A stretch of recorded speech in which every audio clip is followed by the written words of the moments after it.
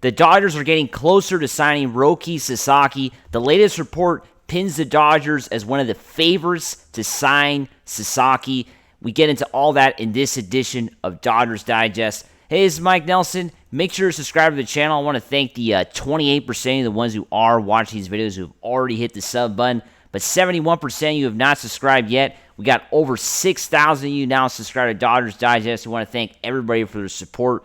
We want to get to 7,000 before the month is over. Myself and Brad J are bringing you everyday Dodger content. We're the best Dodger channel out there. You're not going to find content like this anywhere else. Let's get right into it. Of course, Roki Sasaki. The latest report is from an article today from Outkick.com.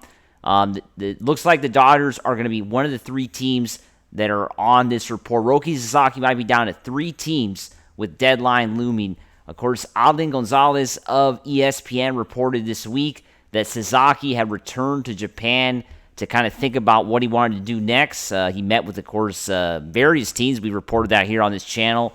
Was it 6 or 7 teams that Sasaki met with in person? That doesn't include also the 20 teams that Sasaki met with via Zoom. But Sasaki has left the United States. He has gone back to Japan to kind of think about what he wants to do. But Wolf, his agent, Josh Wolf, has confirmed that he met with a set few number of teams, and he's most focused on becoming the best pitcher he can be. Sasaki has a few weeks left to pick his new team. Sasaki is expected to make his decision between January 15th, when the 2025 international signing window opens. That, of course, will be 10 days from today, January 5th today. Actually, January 4th today, right? January 5th is tomorrow, so 11 days from today, when the international signing window opens. The posting window is closing on the 23rd, but Francis Romero on X posted that he's going to probably make his decision around the 20th, and also Romero posted that the Padres, the Dodgers, and the Giants are the three favorites to land Sasaki. This was posted just earlier today. So the Dodgers are one of the favorites, which is no surprise, right? Because early on, we had the idea that the Dodgers were kind of the only team that Sasaki was considering. We even had, Dallas Keuchel, former Major League Baseball player, kind of saying a bombshell report saying that there was already agreement between Sasaki and the Dodgers.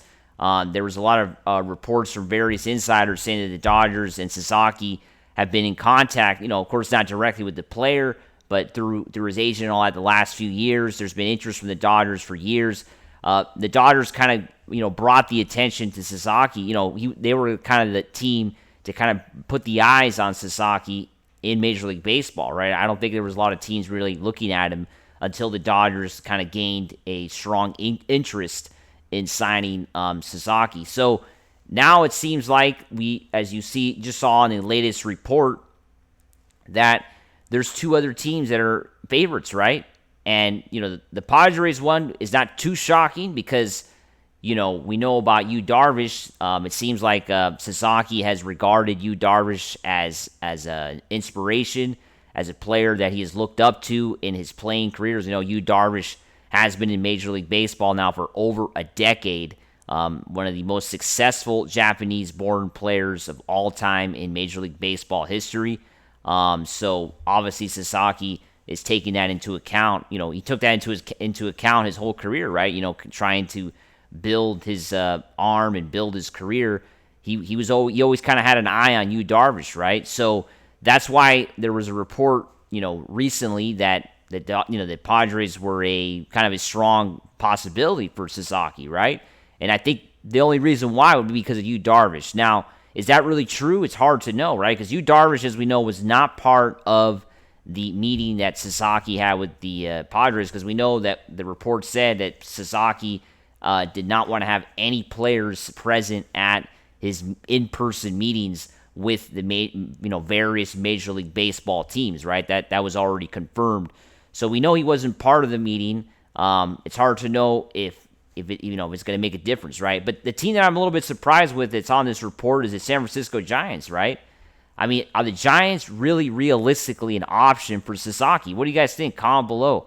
I mean, the Giants, as we know, are basically about to go into a rebuilding phase which it seems like they've been doing for a while now since it's been a complete disaster for them the last few years. Now even Buster Posey had to come out of retirement and kind of run the team.